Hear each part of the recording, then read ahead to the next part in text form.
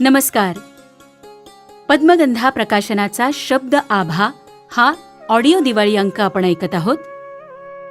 आजचा भाग विशेष भाग आहे. कारण आज लक्ष्मीपूजन. दिवाळीचा जसा आज महत्त्वाचा दिवस तसा शब्द आभाच्या अंकाचा देखील आज महत्त्वाचा दिवस. आणि यासाठी मी खरंच काहीतरी खास घेऊन आलेलो आहे. अरे वा. आजचा पूर्ण भाग आपल्या आवडत्या अरुणा ढेरे सादर करणार आहेत. या भागाची सुरुवात आपण त्यांनीच लिहिलेल्या भूमितत्व या लेखाने करूयात. मनसा कर्मणा वाचा यथा रामं समर्चये तथा मे माधवी देवी विवरम दातुमर्हति. जर मी काया वाचा मने केवळ रामाचंच चिंतन केलं असेल तर भगवती पृथ्वीनं मला आपल्या पोटात घ्यावं. सीतेची रामायणाच्या उत्तरकांडातली ही प्रार्थना मला नेहमी गलबलून टाकते. सगळी रामकथा सीतेचा विचार करताना या अटळ शोकांतापर्यंत येऊन पोचते. जिला चारित्र्याविषयीच्या नुसत्या लोकसंशयामुळे नवऱ्यानं टाकलं आहे अशी बाई, जिनं आपल्या शुद्धतेविषयीची अग्निपरीक्षा आधीच दिलेली आहे आणि तरीही जी संशयाला पात्रच आहे अशी बाई,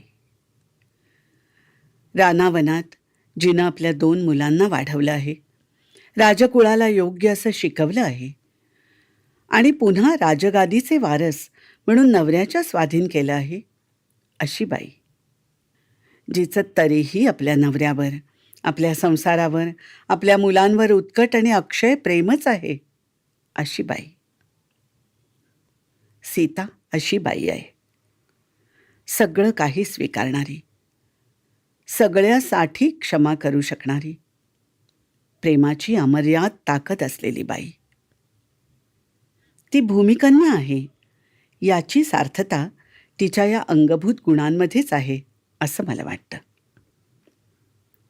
सीतेच्या प्रार्थनेनंतर एका दिव्य सिंहासनावर आरूढ होऊन प्रत्यक्ष पृथ्वी तिच्यासमोर अवतरली. तिनं आपल्या शांत, सोशिक, प्रेमविद्ध अशा दुर्दैवी लेकीला मांडीवर ओढून घेतलं आणि ती भूगर्भात अंतर्धान पावली. एक अवाक करणारा अद्भुत प्रसंग रामायणाच्या उत्तरकांडानं उभा केला. वाल्मिकींनीच जर उत्तरकांड रचलं असेल तर त्यांना, किंवा जर ते प्रक्षिप्त असेल तर नंतर ते रचणाऱ्या अज्ञात प्रतिभावंताला कदाचित त्या अद्भुताचा विलक्षण अर्थविस्तार पुरता जाणवलाही नसेल. पण आज इतक्या शतकांनंतरही स्त्री आणि भूमी यांचा एक अर्थपूर्ण नातेसंबंध सीतेच्या गर्द काजळी शोकांताभोवती झळझळत राहिलेला आपल्याला दिसत राहतो. सीता जनकाला सापडली ती जमीन नांगरताना. सीता या शब्दाचा एक अर्थच मुळी नांगराची तास असा आहे आणि सीता हीच भूदेवी म्हणून इथल्या लोकपरंपरेत उत्तरी भारतात पूजलीही गेली आहे. पण रामायणात या देवीचं दैवी वलय दूर राहिलं आहे. राम प्रथमपासूनच अखेरपर्यंत पुरुषोत्तम आहे, जवळजवळ देव आहे, प्रभू आहे. सीता मात्र देवी नाही, ती बाई आहे.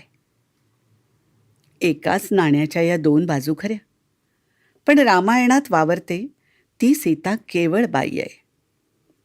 ती जनकाची मुलगी, पण पोटची नव्हे, सांभाळलेली. तिच्या लग्नानंतर तिचा मिथिलेशी फारसा कधी संबंधही आलेला नाही. तिच्या सासर घरच्या कोणत्याच सुखदुःखात ना जनकाचा संबंध आला ना मिथिलेचा. त्या दृष्टीनं पाहू गेलं तर सीतेला माहेर नव्हतंच आणि तिला जणू ते आतूनच ठाऊक होतं. तिनं माहेरचा आश्रय फक्त एकदाच मागितला. सगळं असह्य झाल्यावर शेवटी तिनं आईला हाक मारली. तिला पुन्हा आईकडे जायचं होतं आणि भूमी हीच तिची आई होती. तिचं गर्भाशय हेच तिचं माहेर होतं, मातीचं माहेर.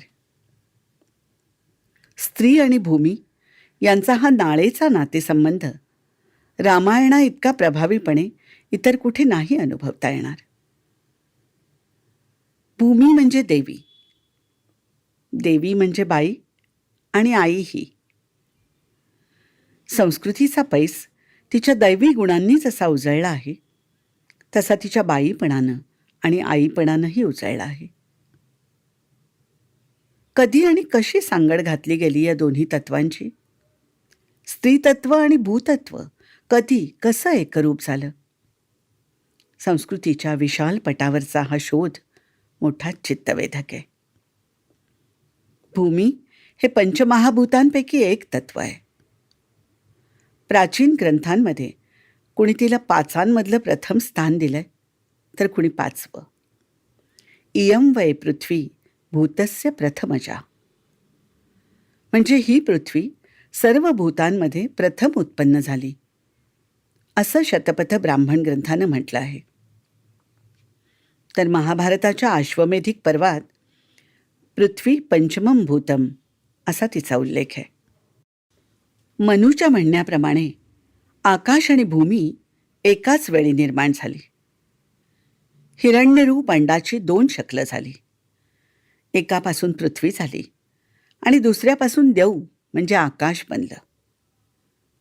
तैत्तिरीय ब्राह्मण ग्रंथात प्रजापतीनं भूः असा शब्द उच्चारला आणि पृथ्वी निर्माण केली असं म्हटलं आहे. प्रलय जळात पहुडलेल्या विराट पुरुषाच्या सर्वांगावर साचलेल्या मळातून पृथ्वी जन्माला आली. ब्रह्मवैवर्त पुराण असं सांगतं. आकाश आणि पृथ्वीच्या या उत्पत्ती कथा प्राचीन माणसांनी रचल्या. त्यावेळी ती आणि तो हा भेद त्यांच्या मनात स्पष्ट होता. आकाश हे पुरुषतत्व होतं आणि पृथ्वी ही स्त्रीतत्वा होती. अनेकदा ती प्रलय जळात बुडालेली आणि वर आलेली होती. तिला एकदा अधोलोकातून वर आणणाऱ्या वराहरूप विष्णूची ती पत्नी होती. आश्चर्य वाटतं ते प्राचीनांच्या भव्य कल्पकतेचं. सृष्टीविषयीच्या वास्तव ज्ञानावर आधारलेल्या कितीतरी भव्य कल्पना या काळातल्या ग्रंथांमधून व्यक्त झालेल्या दिसतात. उदाहरणार्थ शतपथ ब्राह्मण ग्रंथात वर्णन केलेलं पृथ्वीच्या रचनेचं स्वरूप. तिथं म्हटलं आहे की प्रजापतीनं प्रथम फेन निर्माण केला. पाण्यावर प्रथम फेस निर्माण झाला. मग निर्माण झाली माती, मग फेस आणि पाणी सुकून बनले कासवाच्या पाठीसारखे खडबडीत खडक. क्षारांनी युक्त अशी माती, मग बारीक रेती, मग जाड वाळू, मोठमोठे दगडधोंडे, लोखंड आणि सोन्यासारखी खनिज आणि निरनिराळ्या वनस्पती. पृथ्वी या सर्वांनी बनली. ती अग्निगर्भ आहे.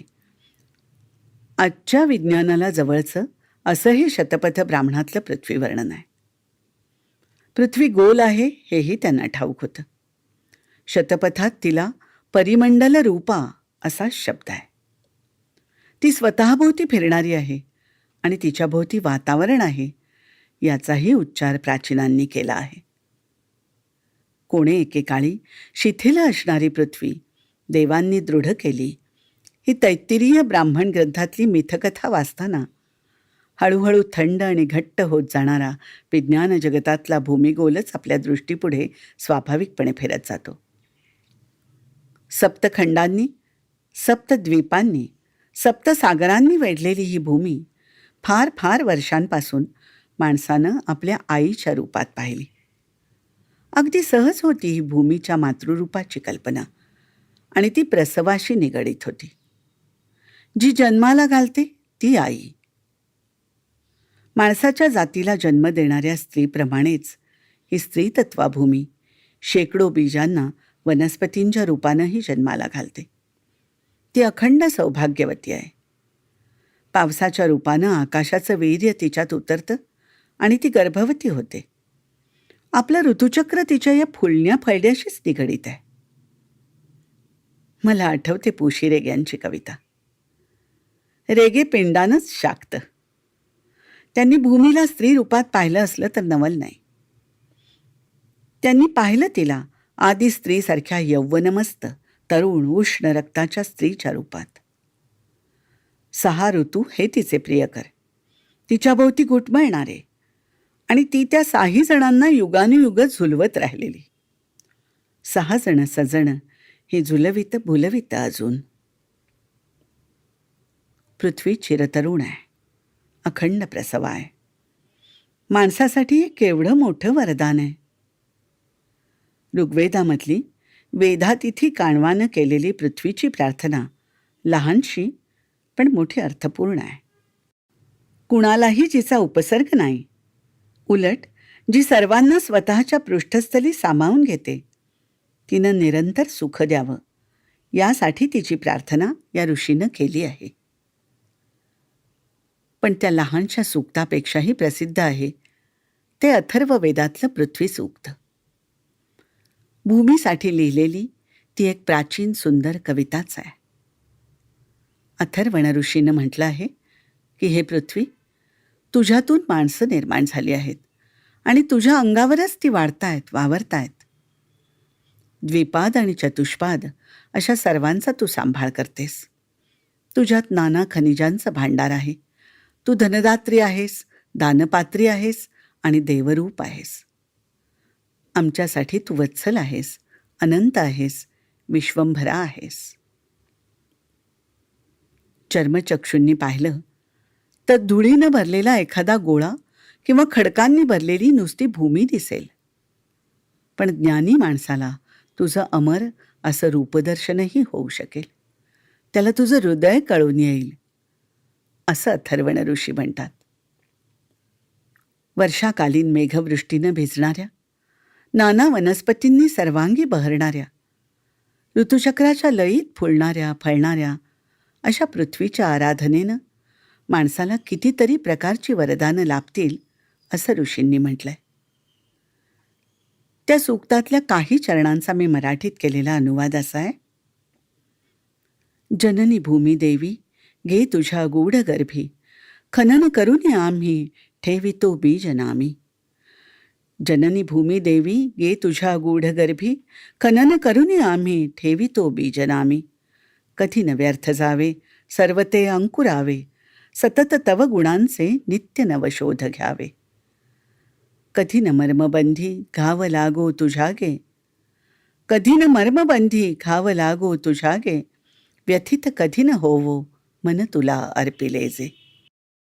माता पृथ्वी पुत्रोहम पृथिव्याम.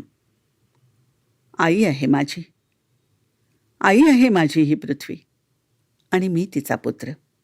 अशी भावना संस्कृतीच्या उदय काळातच माणसाच्या मनात रुजली आणि तिनंच पृथ्वीला देवतेचं रूप दिलं. भूदेवीच्या रूपात तिची पूजा त्यानं मांडली. विष्णू हा जगाचा पालनकर्ता देव. त्याच्यासह नांदणाऱ्या 2 शक्तिदेवता म्हणजे श्रीदेवी, समृद्धीची देवी, आणि भूदेवी म्हणजे निर्मितीची देवी. या निर्माण शक्तीची पूजा माणसानं कितीतरी रूपांनी केली. मातृदेवता म्हणून ज्या नग्नदेवतेची उपासना फार प्राचीन काळापासून साऱ्या भरतभूमीवर केली जात होती, ती लज्जागौरी हे तिचंच एक रूप. कमळ किंवा कुंभ हे तिच्या गर्भाशयाचं प्रतीक. हातात कमळ घेतलेली किंवा कमळात उभी असलेली भूदेवीची मूर्ती अनेक मंदिर शिल्पांमध्ये आपण पाहतोच आहोत. त्या अर्थानं लक्ष्मी आणि भूमी तत्वतः एकच तर आहेत. आणि तीच आहे रेणुका, यल्लम्मा, कुंकणा, सांतेरी.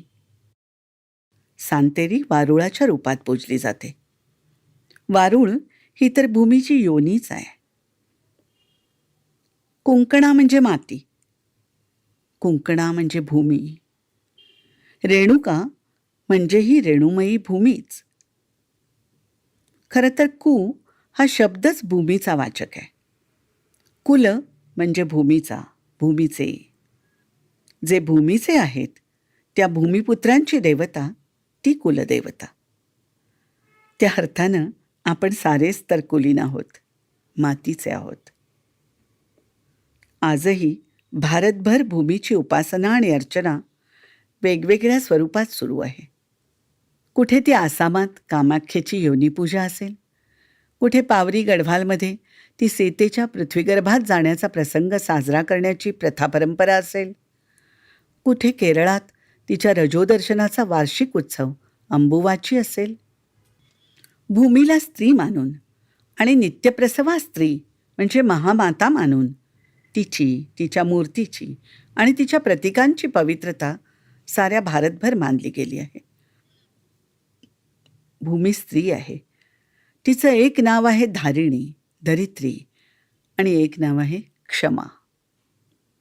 सहनशीलता हा पृथ्वीचा गुण आहे, तसा तो स्त्रीचाही गुण आहे. रक्तपेशीतून आईची गुणसूत्र मुलांमध्ये उतरावीत, तशी ती क्षमा आणि सहनशीलता भूमीकडून सीतेमध्ये उतरली असं मला सारखं वाटतं. आणि द्रौपदीमध्ये उतरला तिचा गंधगुण. भूमीचा गुण गंध आहे, मृद्गंध. या गंधा इतका नितळ, नैसर्गिक आणि घमघमणारा दुसरा अंगगंध नाही. पाऊस पडतो आणि त्या पहिल्या टपोर थेंबांनी अंगांगी भिजणाऱ्या भूमीच्या रंध्रांमधून अद्भुत गंध दरवळून उठतो. साऱ्या आसमंतात भरणारा तो रतिगंध द्यावा पृथ्वीच्या सनातन प्रणयाचा गंध आहे. मला आठवतात मुक्तेश्वरांच्या भव्य कल्पना विस्ताराचे कविताचरण. पृथ्वीखंड हे शाळुंका, अनंत पर्वत शिवपिंडिका, इंद्रे मांडिले अभिषेका, गगनपात्री जलधारा. किंवा रोज सकाळची प्रार्थना पहा. समुद्र वसने देवी, पर्वतस्तन मंडले, विष्णुपत्नी नमस्तुभ्यं, पादस्पर्शम क्षमस्व मे. माणसाचं मन मोठं किमयागार आहे. एकट्या माणसानं स्वतःपुरती निर्माण केलेली आणि कालौघात इतरांसाठी अर्थपूर्ण ठरलेली प्रतीकं असोत, की समूहानं निर्माण केलेली आणि समूह मनावर दीर्घकाळ प्रभाव गाजवणारी प्रतीकं असोत. नदीपात्रात सोडलेल्या कार्तिकी दिव्यांसारखी ती संस्कृतीच्या प्रवाहात वाहत राहिली आहेत. भूमीसाठी आणि तिच्या आकाशाशी असलेल्या संबंधासाठी ही कितीतरी प्रतीकं माणसांनी निर्माण केली आहेत. समुद्राचं वस्त्र नेसलेली समुद्रवसना आणि पर्वतरूपी स्तन असलेली भूमी म्हणजे विष्णुपत्नी आहे. आकाश हाच तिचा प्रत्यक्षातला जोडीदार. आकाशाचं वीर्य म्हणजे पाऊस. तो उदरात घेते आणि पृथ्वी आसन्न प्रसवा होते. तिची योनी म्हणजे वारुळ. नाग हे तर पुरुषतत्वाचंच प्रतीक आहे. अधिक अचूक बोलायचं तर पुरुष वासनेचं प्रतीक आहे. नांगर हे पुरुषाच्या इंद्रियाचं प्रतीक. कुंभ हे भूमीच्या गर्भाशयाचं प्रतीक. कमळ हे तिच्या निर्मिती शक्तीचं प्रतीक. आपल्या चित्रांमध्ये, शिल्पांमध्ये, गीतांमध्ये, साहित्यामध्ये ही सगळी प्रतीकं सौंदर्यात्म होऊन वारंवार प्रकट झाली आहेत. लोकसंस्कृती तर मातीनं घमघमून उठलेली संस्कृती आहे. जीवनाशी घट्ट निगडीत असलेली आणि म्हणून मातीमधूनच वर आलेली संस्कृती आहे. त्या संस्कृतीतले भाषिक व्यवहार, धार्मिक उपचार आणि कला व्यापार सगळेच मातीनं माखलेले. मातीशी संबंधित म्हणी आणि वाक्प्रचारांची भारतीय भाषांमधली यादी केली तर ती काही लहानसहान असणार नाही. केवळ मराठीपुरतीही ती मोठीच आहे. माती खाण्यापासून माती होण्यापर्यंतच्या भाषिक अभिव्यक्तीचा अर्थविस्तारही केवढा तरी आहे. इथलं ग्रामजीवन मातीशी मिळूनच नांदणारं. इथल्या घराघरामधून गणपती पूर्वी ओल्या मातीचंच केले जायचे. गोकुळ अष्टमीचं गोकुळ मातीचं असायचं, पाटावर मांडलेलं. आणि नागपंचमीचा नागही मातीचा करूनच पूजायची माणसं. अजूनही या प्रथा पूर्णपणे नामशेष झालेल्या नाहीत. एकेकाळची ताज्या शेणानं सारवलेली घरंदाज भुई आणि तिच्यावर रेखलेल्या रांगोळ्या किंवा प्रसंगविशेषी तिच्यावर उमटणारी देवाची पावलं आता शहर भागातूनच नव्हे तर ग्रामीण भागातूनही जवळजवळ दिसेनाशी झाली आहेत, हे खरं. पण अजूनही नवरात्राचे घट बसले की देवघरातल्या मातीवर थेंबाथेंबानं जलाचा अभिषेक होतो आणि मातीतून हिरवे अंकुर सरसरून वर येतात.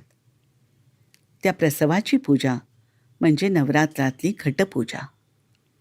9 महिन्यांचं प्रतीक म्हणून 9 दिवसांची प्रतिकात्मक नवरात्र पूजा करतो आपण.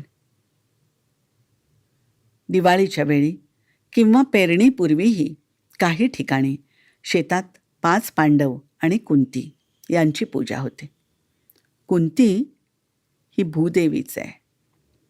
कुंती हा शब्द माती या अर्थाचा आहेच, पण कुंतीचं दुसरं नाव पृथा असं आहे. तेही भूमीशी, पृथ्वीशी संबंधित आहे. मुळात शेतजमीन ही माणसाची काळी आईच तर होती. व्यंकटेश माडगुळकरांची काळी आई या नावाची एक अप्रतिम कथा इथे मला आठवते. जमीन कसणं अवघड झालं म्हणून एकटे आणि म्हातारे आप्पा जमीन विकायचं ठरवतात खरे, पण ऐन वेळी तो सौदा रद्द करून आपली आई आपण विकू शकत नाही या जाणीवेनं पुन्हा शेताकडे परततात, अशी ती कथा. काळ्या आईच्या म्हाताऱ्या लेकराची ती कथा वाचताना ठिपका सारखी कथा लिहिणारे जिये किंवा ग्रेप्स ऑफ राथ लिहिणारा स्टाईनबेक आठवत राहतो. गुडर्थ लिहिणारी पर्लबग त्यांच्याच जोडीने आठवते.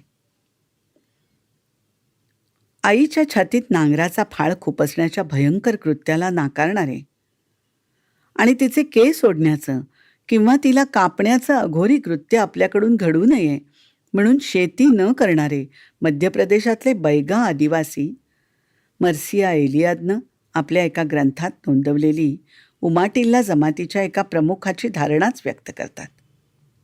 तो आदिवासी असं म्हणतो, शेती करून आमच्या सगळ्यांच्या आईला कापणं किंवा फाडणं हे पाप आहे असं आम्ही समजतो.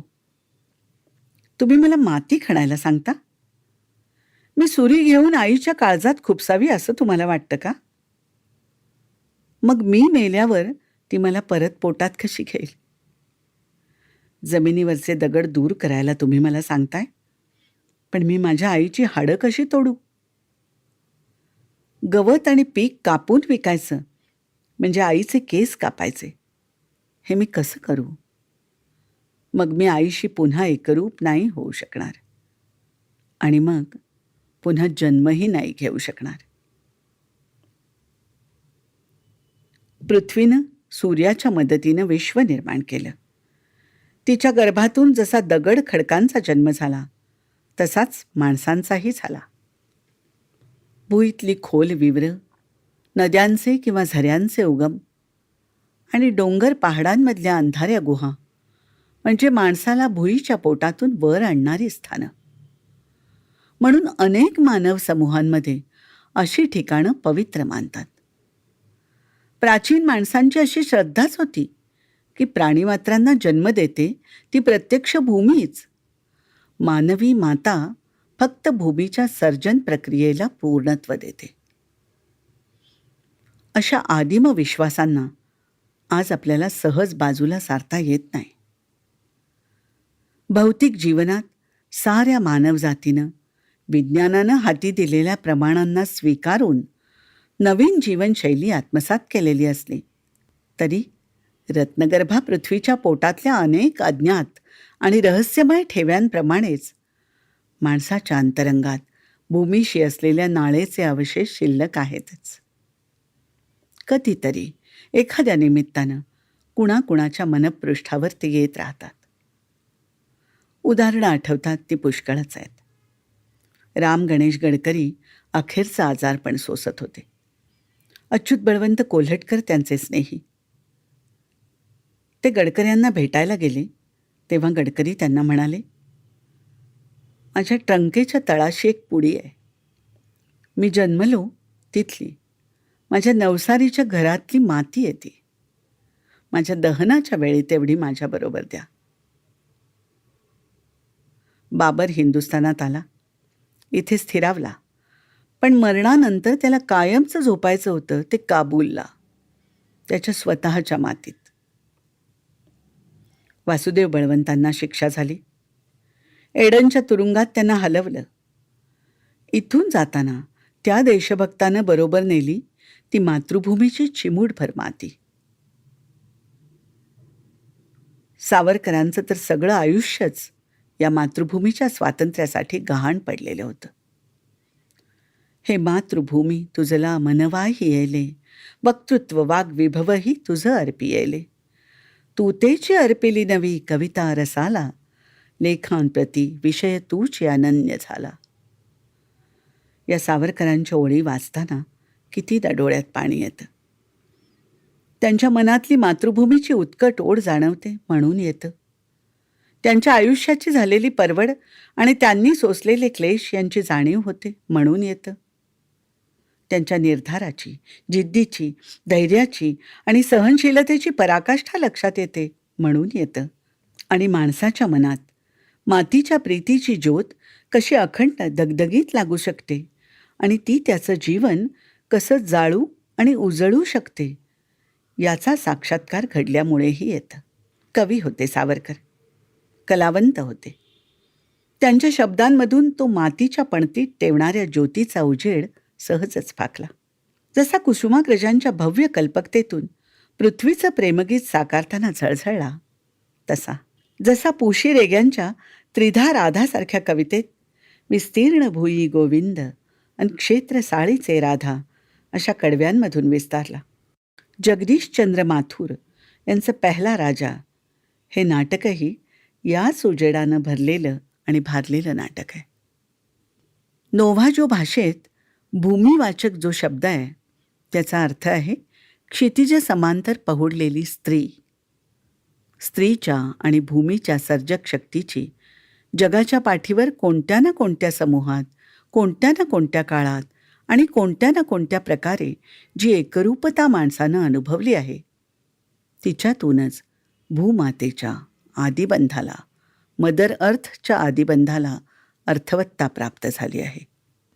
प्राचीन माणसाच्या लेखी हा विश्वजैविक म्हणजे कॉस्मोबॉयलॉजिकल अनुभव नुसता भावात्मक नव्हता. त्याच्यासाठी ती वस्तुस्थितीच होती. कुठून आले असतील हे उंच देखणे पर्वत? कुठून तरारली असतील ही झाडं, या वेली? कुठून खळाळत आलं असेल पाणी? हे वनजीव तरी कुठून आले? आणि आम्ही? ही रंगगंधांची, रसनादांची, रूपस्पर्शाची विलक्षण किमया घडवणारी सृष्टी आणि तिच्यातले हे आम्ही देखील कुठून आलो? या प्रश्नांची उत्तरं प्राचीन माणसाला मातीतून वर आलेली दिसली. म्हणून तर मातीशी माणसांचे भावबंध घट्ट जुळून राहिले. झाडं, पाणी, डोंगर, दऱ्या या सृष्टीजीवनाचाच आपण एक भाग आहोत. आणि हे सगळं जग भूमीनं जन्माला घातलेलं जग आहे हे त्याला पक्क माहीत होतं. आज या भावनेचा सांधा निखळून आक्रमक आणि विनाशक तंत्रज्ञानाच्या पंखावर स्वार झालेला माणूस पर्यावरणाचे गंभीर प्रश्न जन्माला घालत भूमीवरचे पाय उचलून अधांतरी जगू पाहतो आहे. जन्म आणि मरण दोन्ही भूमीच्याच कुशीत आहे असं मानणाऱ्या प्राचीनांच्या मृण्मय श्रद्धेची ही अटळ शोकांतिका कमालीचा अस्वस्थपणा आणणारी आहे. दिलासादायक आहे ती अजूनही मातीत राबणाऱ्या माणसांच्या जगण्यात रुजून असलेली माती आणि माणूस यांच्या संबंधांची मुळं. जागतिकीकरणाच्या लाटेत बरंच काही धुपून गेलं किंवा अत्याधुनिक तंत्रज्ञानानं बरंच काही छाटून नेलं, तरी मुळं खोल रुजलेली असली तर पुन्हा नवे फुटवे येणारच. ताज्या, जिवंत, ओलस मातीची शपथ पुन्हा माणसाला पडणारच. इंदिराबाईंची म्हणजे इंदिरा संतांची एक सुंदर कविता आहे, स्त्री आणि भूमीची एकरूपता सांगणारी. तिनं या भूमी संकीर्तनाचा समारोप करावासा वाटतो आहे.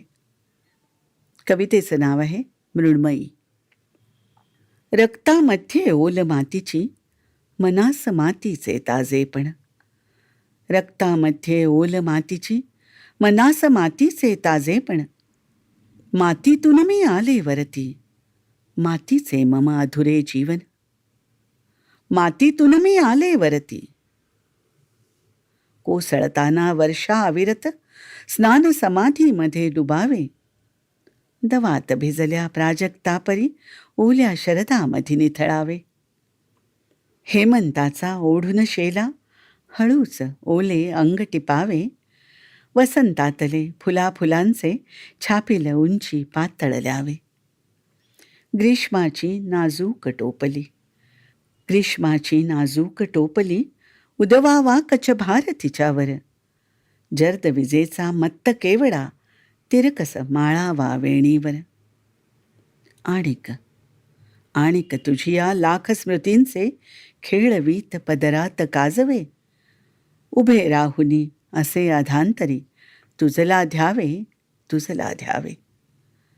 आणिक तुझिया लाख स्मृतींचे खेळवीत पदरात काजवे. उभे राहुनी असे अधांतरी, तुझला ध्यावे तुझला ध्यावे.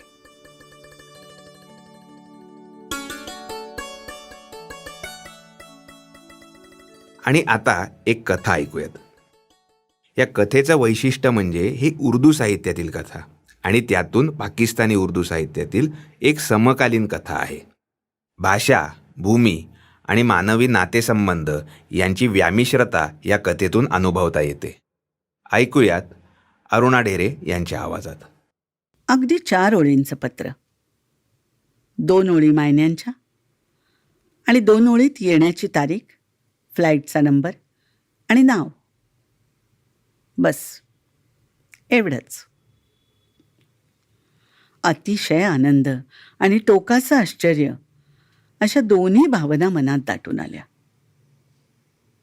माझ्या जिवलग मैत्रिणीचं जहानाराचं पत्र होतं ते. आणि ते पत्र आता दुरावलेल्या आमच्या मातृभूमीचा गंध सोबत घेऊन आलं होतं. काय म्हणावं या पत्राला? शाश्वत अतृप्ती आणि अपूर्णत्व यात भिजून चिंब झालं होतं पत्र. आम्हा दोघींना ओळखणाऱ्या एका व्यक्तीशी बोलताना तब्बल 14 वर्षांनी माझ्या एकेकाळच्या जीवश्च कंठश्च मैत्रिणीचा संदर्भ निघाला होता. मोठ्या संकटातून ती कशी बाहेर पडली तेही मला कळलं होतं. एवढं सगळं कळलं, पण ती कुठे राहते म्हणजे तिचा पत्ता मला कळूच शकला नाही. कारण ज्या व्यक्तीनं मला तिची माहिती दिली त्या व्यक्तीलाही ते माहीत नव्हतं. मी फार वर्षांपूर्वी माझा पत्ता तिला कळवला होता आणि कुठेतरी मनाच्या कोपऱ्यात अशी आशा होती की होईल भेट केव्हा तरी आमची, होईल. आणि आज हे पत्र माझ्या हातात पडलं होतं. रात्री अंथरुणावर पडले खरी, पण खूप थकलेली असूनसुद्धा मला झोप नाही आली. सगळा भूतकाळ डोळ्यांसमोर उभा राहिला. ढाका विद्यापीठाच्या मुलींच्या हॉस्टेलमध्ये आमची पहिली भेट झाली होती. स्वतःचा असा आब राखून असणारी, संयमी आणि अगदी शहाणी मुलगी होती ती. कुणाशीही चटकन मिळून मिसळून मैत्री कशी करावी हे कार्नेजीचे धडे गिरवून शिकली असावी, किंवा तेही तिला निसर्गतः जमत होतं बहुतेक. थोड्याच दिवसांनी आमची राजकारणावर चर्चा सुरू होती तेव्हा अचानक तिने विचारलं, हे चिचवाटणी गाव नक्की कुठे आलंय? पंजाबमध्ये. माझ्या स्वरात थोडं आश्चर्य ध्वनित होत होतं. ते माहिती आहे गं मला, पण लाहोरपासून किती दूर असेल हे विचारायचं होतं मला. मी जरा गोंधळले आणि 2-4 वेळा पापण्या उघडबंद करत अंदाज बांधायला लागले. खरं म्हणजे गणित आणि भूगोल हे दोन्ही विषय जरा कच्चेच माझे. हे बघ, हे आहे पश्चिम पाकिस्तान. मी एक हात वर आणि दुसरा खाली करत म्हटलं. उजव्या हाताच्या तर्जनीनं मी एक जागा दाखवत म्हटलं, हे इथे लाहोर, आणि हे इथे साहिवाल, आणि हे इथे आहे चिचवाटणी. ड्रामा छान करतेस ग तू, ती मंजूळ हसत म्हणाली. पण तू काय चिचवाटणीचा जप लावलायस? अगं, कुणाशी तरी बोलताना उल्लेख झाला आणि का कुणास ठाऊक मला जरा जवळचं वाटलं हे नाव. मग मी पुढे वाद वाढवला नाही. कधी कधी होतं असं. एखाद्या माणसाचं किंवा गावाचं नाव उगीचच मनात रुतून बसतं, हे मात्र खरं आहे. मग ते नाव उच्चारताना कधी छान वाटतं, कधी चिडचिड पण होते. मला तरी होतं असं. नंतर मी ते सगळं विसरूनच गेले. काही दिवसांनी तिच्या बोलण्यात पुन्हा चिचवाटणीचा उल्लेख आला. तेव्हा मात्र मी खटाळपणाने हसत तिला म्हटलं, आता सांग बरं, या गावाची काय भानगड आहे ते सांग. सहज हिंकळून गूढ बाहेर येईल इतकं उथळ मन नव्हतंच तिचं. एखाद्या खोल गंभीर तळ्यासारखी होती ती. तिने मला अजिबात दाद दिली नाही. पण म्हणतात ना, सुईणीपासून वाढलेलं पोट लपवता येत नाही. आम्ही दिवसाचे 8 ते 14 तास एकत्र घरात असतो, त्यामुळे केव्हा ना केव्हा हे होणारच होतं. तरीही 7 महिने लागले. एकदा मी एकाएकी जागी झाले, तेव्हा रात्रीचे किती वाजले होते माहीत नाही. मी उमर खय्यामची भक्त आहे, त्यामुळे वेळ समजण्यासाठी घड्याळाच्या काट्यांपेक्षा आकाशातले राजे राण्या आणि त्यांच्या भोवती फिरणाऱ्या त्यांच्या दरबारी लोकांकडे पाहून मी वेळेचा अंदाज घेते. सूर्य किंवा चंद्र कुठल्या दिशेला किती झुकला आहे आणि बाकीची नक्षत्र कशी कुठे आहेत, यावरून मला दिवसाचा अजून किती वेळ किंवा किती रात्र शिल्लक आहे ते कळतं. जागी झाले तेव्हा मला ती दिसली. दोन्ही पाय वर घेऊन ती गुश्शात असलेल्या जिप्सी माकडिणीसारखी बसली होती आणि तुटलेल्या माळेच्या मण्यांसारखे तिच्या डोळ्यामधून अश्रू ओघळत होते. मी माझं पांघरूण फेकून तिच्या पलंगावर झेपच घेतली. तिचे पाय उचलून माझ्या मांडीवर घेतले.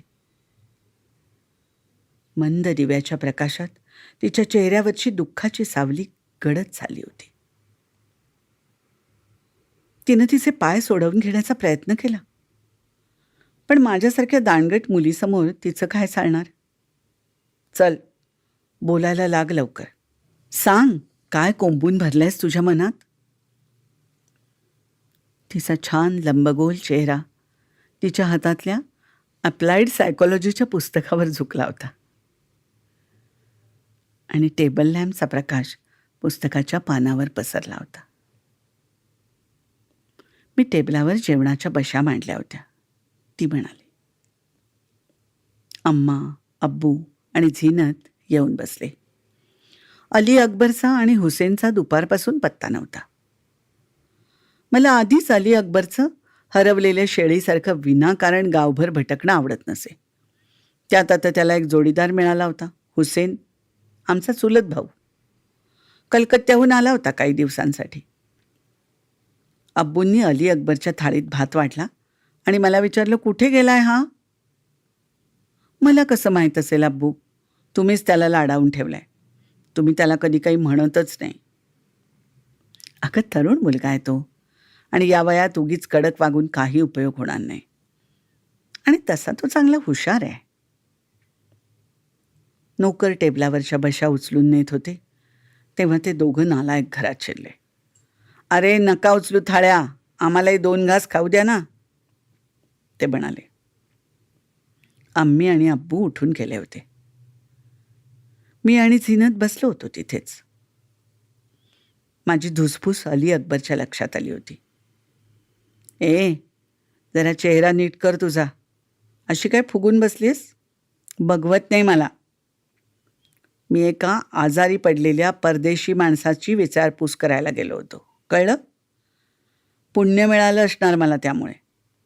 चल, जरा आजारी माणसाला लागू शकतील अशी भांडी वस्तू गोळा कर एका बास्केटमध्ये. फ्रीजमधली फळं घे भरपूर आणि साखर चहासुद्धा घे.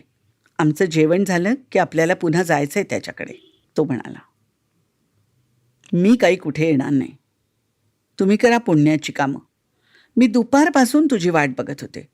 तू मला बेलाच्या घरी नेणार होतास ना, आणि माझी परीक्षा आहे उद्या. माझा अभ्यास काहीच झालेला नाही. अरे यार, मी खरंच विसरून गेलो. सॉरी यार, त्यानं दोन्ही हात जोडून म्हटलं. मी हसायला लागले, कारण अली अकबर माझा एकुलता एक भाऊ आहे आणि ह्याच्यापेक्षा जास्त वेळ मी त्याच्यावर राग धरून बसूच शकत नाही. शेवटी आजारी माणसाला लागतील अशा बऱ्याच वस्तू आम्ही बास्केटमध्ये घेतल्या आणि आमची गाडी घेऊन सिव्हिल हॉस्पिटलमध्ये गेलो. तिथे जनरल वॉर्डमध्ये 9 नंबरच्या बेडवर झोपलेला तरुण भलताच सुंदर होता. त्याचं नाव मेहमूद होतं आणि तो चिटगॉंग मेडिकल कॉलेजमध्ये 3ऱ्या वर्षाचा विद्यार्थी होता. विद्यार्थ्यांच्या एक्सचेंज प्रकल्पात तो पश्चिम पाकिस्तानातून इथे शिकायला आला होता. त्याला कावीळ झाली होती आणि त्यामुळे त्याने अंथरूण ठरलं होतं. माझ्या आयुष्यात मी फक्त माझ्या वडिलांचा रुबाब पाहिला होता. त्यांच्या वागण्या बोलण्यात एक कठोर निग्रह असायचा. कठीण प्रसंगाला ते हसत हसत सामोरे जायचे. दुर्दैवी घटना हसून विसरून जायचे आणि कितीही वाईट प्रसंग ओढवला तरी थंड डोक्यानं तोंड द्यायचे.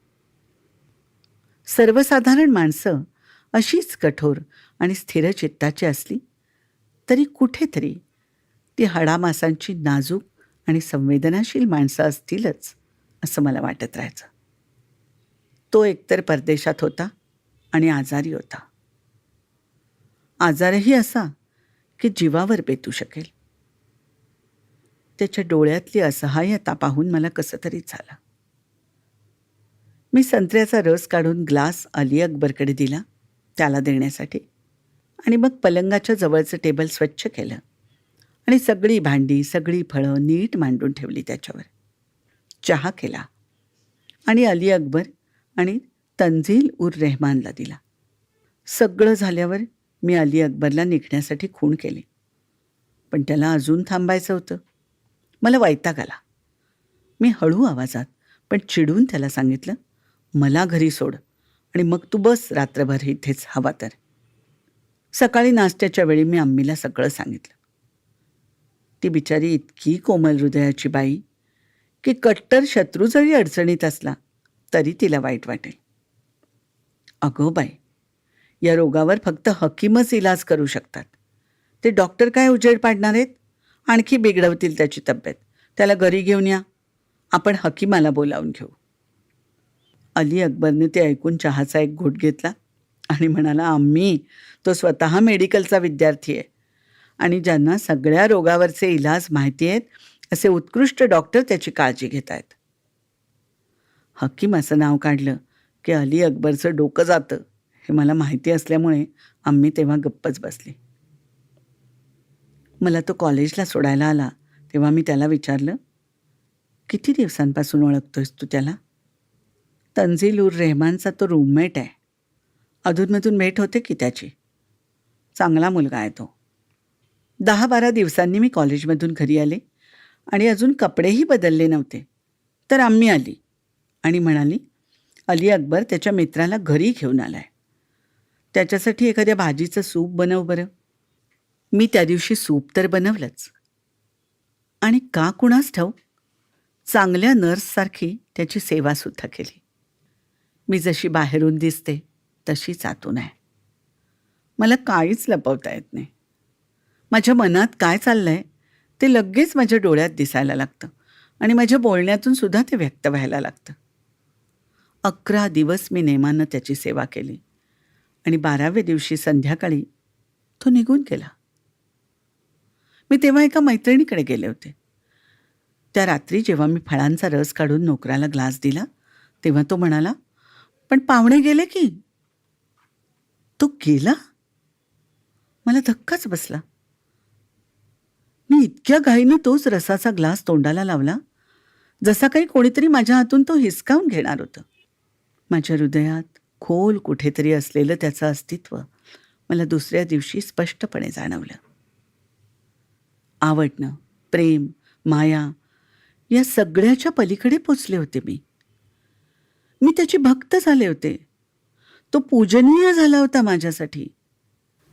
आणि भक्ती अशी की दुसरं काही सुचेना. अंधभक्त. कसलाही भीतिनिषेध न बाळगता मी त्याच्याबरोबर नदी किनारी भटकले. न्यू मार्केटच्या सरकत्या जिन्यांवरून वर खाली विहरले. शहराबाहेर हिंडायला गेले आणि या सान्निध्याच्या काळात त्याच्याविषयी आणि त्याच्या शहराविषयी जाणून घेतलं. चिचवाटणीपासून जवळच त्याच्या गरीब शेतकरी वडिलांचं घर होतं. तो अगदी लहान असताना त्याची आई वारली होती आणि त्याच्या वडिलांनी पुन्हा लग्न केलं नव्हतं. त्याच्या चुलत बहिणीशी त्याचं लग्न ठरलेलं होतं. ते ऐकल्यावर मी त्याला म्हणाले, पण आत्ता तुझं लग्न माझ्याशी ठरलंय. एक हताश हास्य त्याच्या चेहऱ्यावर दिसलं आणि खोल गेलेल्या आवाजात तो म्हणाला, पण हे किती महागात पडणार आहे कुणास ठाऊक. मी म्हटलं, जे काही भोगावं लागेल ते सहन करू, प्रामाणिकपणे करू जे काय करायचंय ते. तो म्हणाला, माझ्या काकांचं माझ्या वडिलांवर माझ्यासारखंच खूप प्रेम आहे. कारण त्यालाही बाबांनीच मोठं केलं, वाढवलं. तसा तो त्यांचा सावत्र भाऊ आहे, पण त्यांचं नातं अगदी निर्मळ आहे. हा माझा काका वेहारीचा पोलीस सुप्रिंटेंडंट आहे आणि झैनाब ही त्याची एकुलती एक मुलगी आहे. त्या दिवशी बोलणं तिथेच थांबलं. आम्ही एकमेकांचा निरोप घेतला आणि घरी गेलो. पुढे जवळजवळ 22 दिवस आम्ही भेटलो नाही. पण अगदी कठीण दिवस होते ते आणि आता आणखी त्रास सहन करण्याची माझी तयारी नव्हती. एका संध्याकाळी मी त्याला फोन केला. तू? असं तो प्रेमाने म्हणाला. हो, मला भेटायचं आहे. शांग हुआला ये. स्वप्नवत निळ्या प्रकाशात आम्ही त्या हॉटेलमध्ये एकमेकांच्या समोर बसलो. आपण लग्न करूया, मी म्हणाले. तो आश्चर्यानं हसला. लग्न म्हणजे बावल्यांचा खेळ नाही. पण कधी कधी बावल्यांशी खेळण्यात सुद्धा मजा असते. विनोद पुरे झाले. जहांरा, खरंच आपण दुसऱ्या विषयावर बोलूया. पण मी मनापासून बोलते आहे. मला असं काही वाटत नाही. ते बघू ना आपण. मी घरी सांगून टाकलं. मी त्याच्याशी लग्न करणार आहे. अली अकबर, अम्मी, अब्बू तिघांनाही धक्का बसला होता. अम्मी म्हणाली, असं कधी लग्न होतं का? आम्हाला काय माहिती आहे त्याच्याबद्दल? तुम्हाला माहिती असण्याची काहीच आवश्यकता नाही अम्मी, कारण मला माहिती आहे सगळं, मी म्हणाले. अली अकबर म्हणाला, असा आयुष्यपणाला लावून जुगार नको खेळूस. पण मी कशी दूर राहू शकणार होते या जुगारापासून? माझ्या अंतरात्म्याला त्या अचाट उत्कट अनुभवापासून मी कसं वंचित ठेवू शकणार होते? माझ्या हृदयाचा तो स्वामी होता. आता माझं शरीर त्याच्या स्वाधीन करावं असं मला वाटत होतं. 1 वर्ष, 2 वर्ष, त्याची इच्छा. प्रेमाची परिभाषा प्रत्येकाची वेगळी असते. कुणी किती तळ गाठला आहे हे कुणालाही समजू शकत नाही. माझ्या हृदयात काय चाललंय ते कोण टोकावून पाहू शकणार? तो सुद्धा म्हणाला, मला तुझ्या या निर्णयाबद्दल काळजी वाटते. मी तुझ्यावर कुठलीही बंधनं घालत नाही. तुला जेव्हा वाटेल तेव्हा तू मला सोडून जाऊ शकतोस आणि तुझे वडील सांगतील त्या मुलीशी लग्न करू शकतोस, मी सांगितलं. तू मला वेडं करणार आहेस, तो दोन्ही हातात डोकं धरून म्हणाला. अरे, अजून तरी तुझं डोकं ठिकाणावर आहे. चांगलं काय, वाईट काय, कशात फायदा, कशात नुकसान, हा सगळा विचार करू शकतोयस की तू, मी म्हणाले. देवा शपथ असं नाही ग, तो म्हणाला. तरी जे त्यांनी करायला हवं होतं ते मी केलं. माझ्यासाठी तो देव होता.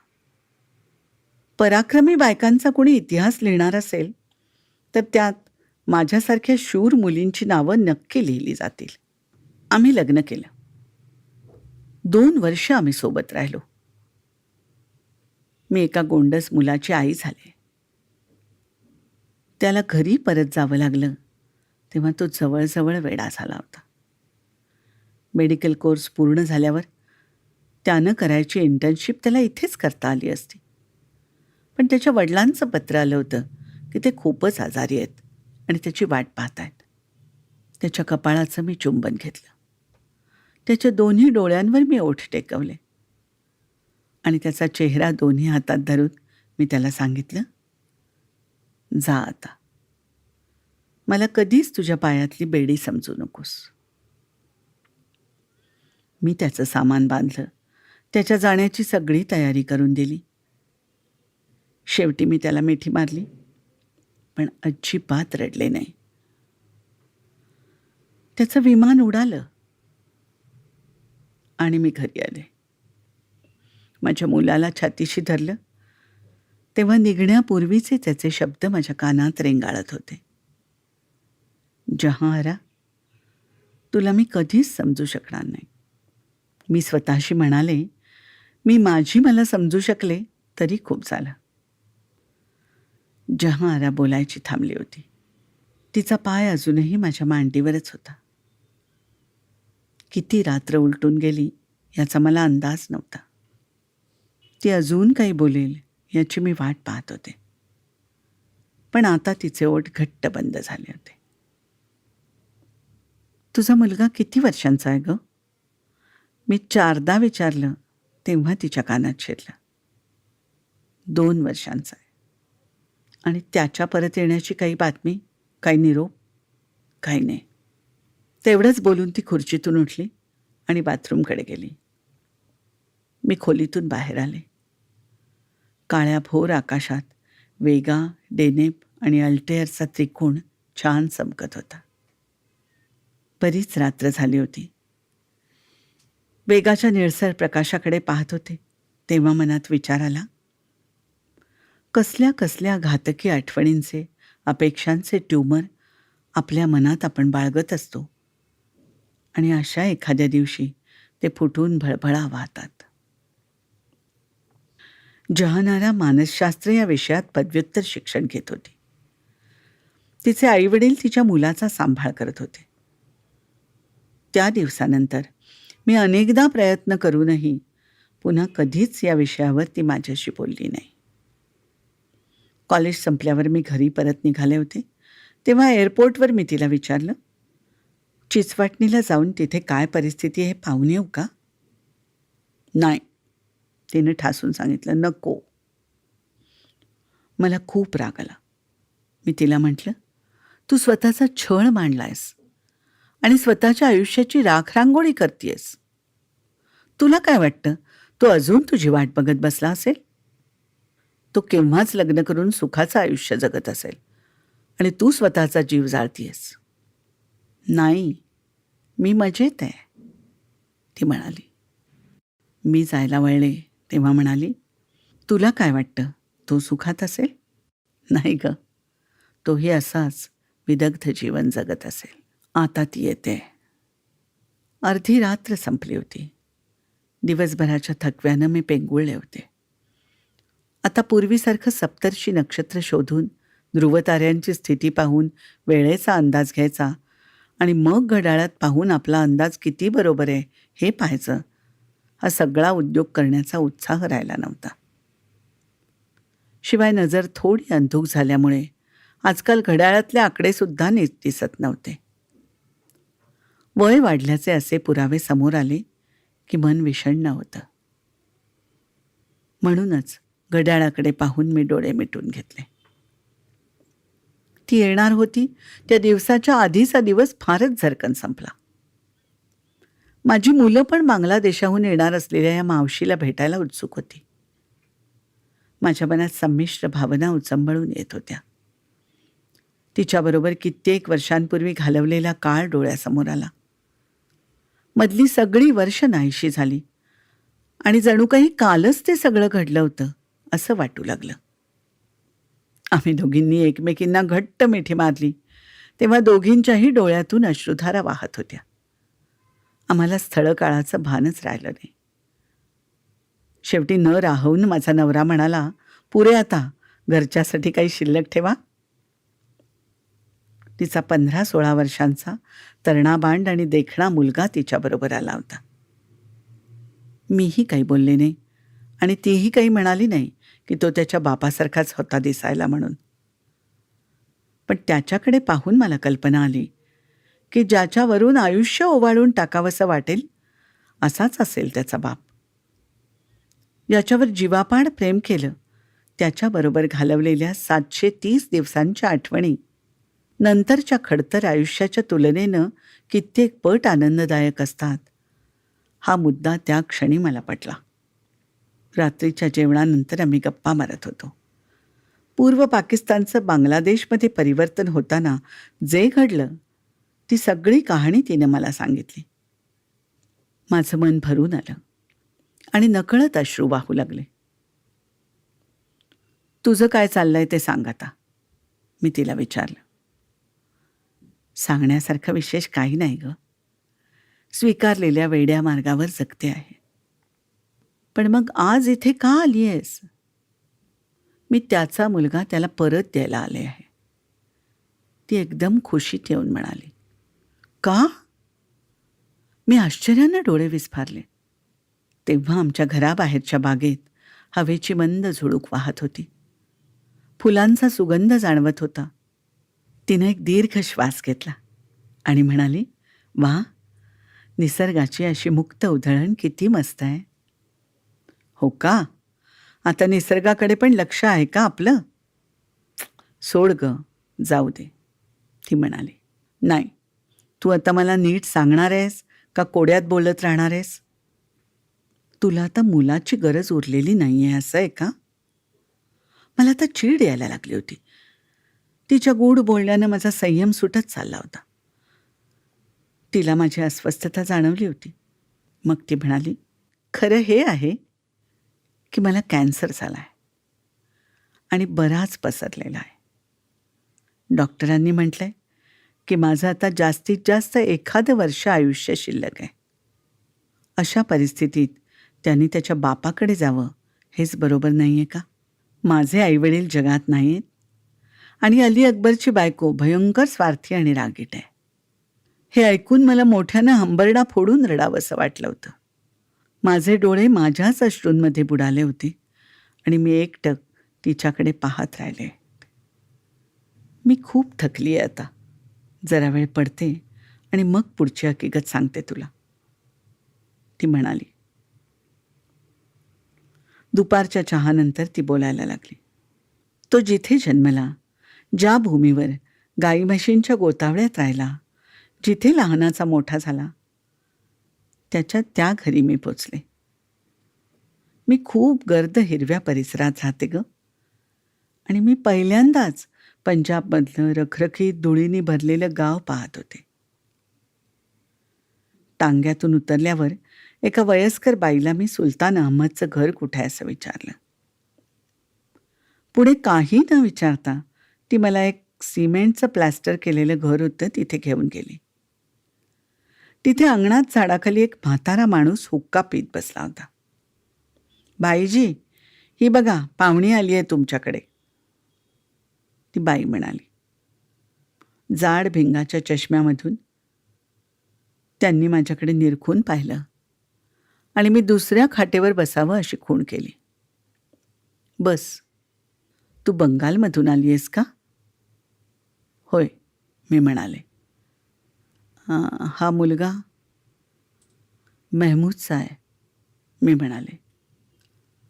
हे ऐकल्याबरोबर त्यांनी मुलाला घट्ट मिठी मारली. त्यांचा चष्मा नाकावरून घसरायला लागला आणि दाढीचे केस शहारा आल्यानं ताठ झाले. ते मोठ्यानं ओरडू लागले, मेहमूद, मेहमूद, अरे बघ कोण आलंय. माझ्या मुलाला छातीशी धरून तो म्हातारा ओक्साबोक्शी रडत होता. मी आजूबाजूला पाहिलं. काही बायका, बरीच मुलं, सगळी आमच्या भोवती गोळा झाली होती. जेव्हा त्यांचा आक्रोश खूपच वाढला तेव्हा 2 माणसं पुढे आली आणि त्याला म्हणाली, जरा धीर धरा बाईजी, तो मुलगा प्रवासाहून दमून आलाय, त्याला आणखी त्रास देऊ नका, थांबा. बायकासुद्धा भरल्या डोळ्यांनी त्याचं सांत्वन करत होत्या. मुली, मेहमूद आता या जगात नाही, त्यांनी सांगितलं.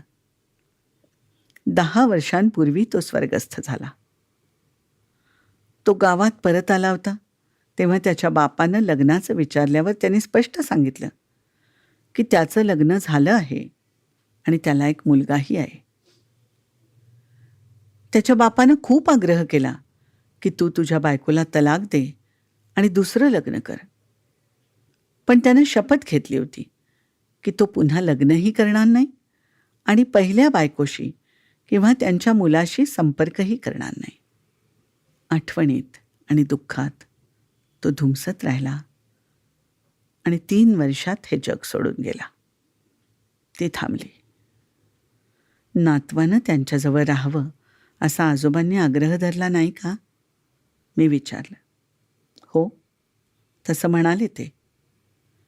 पण मग मी माझी कहाणी सांगितली त्यांना आणि सांगितलं की मी गेल्यावर येईलच की तो तुमच्याकडे.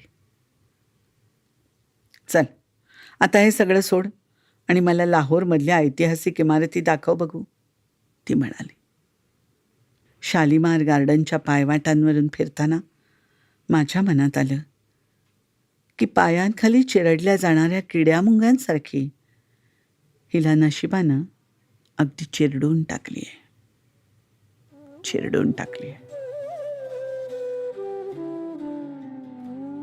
ऑडिओ दिवाळी अंक तुम्हाला कसा वाटतोय हे आमच्यापर्यंत जरूर पोहोचवा. तेव्हा भेटूया उद्याच्या पुढच्या भागात.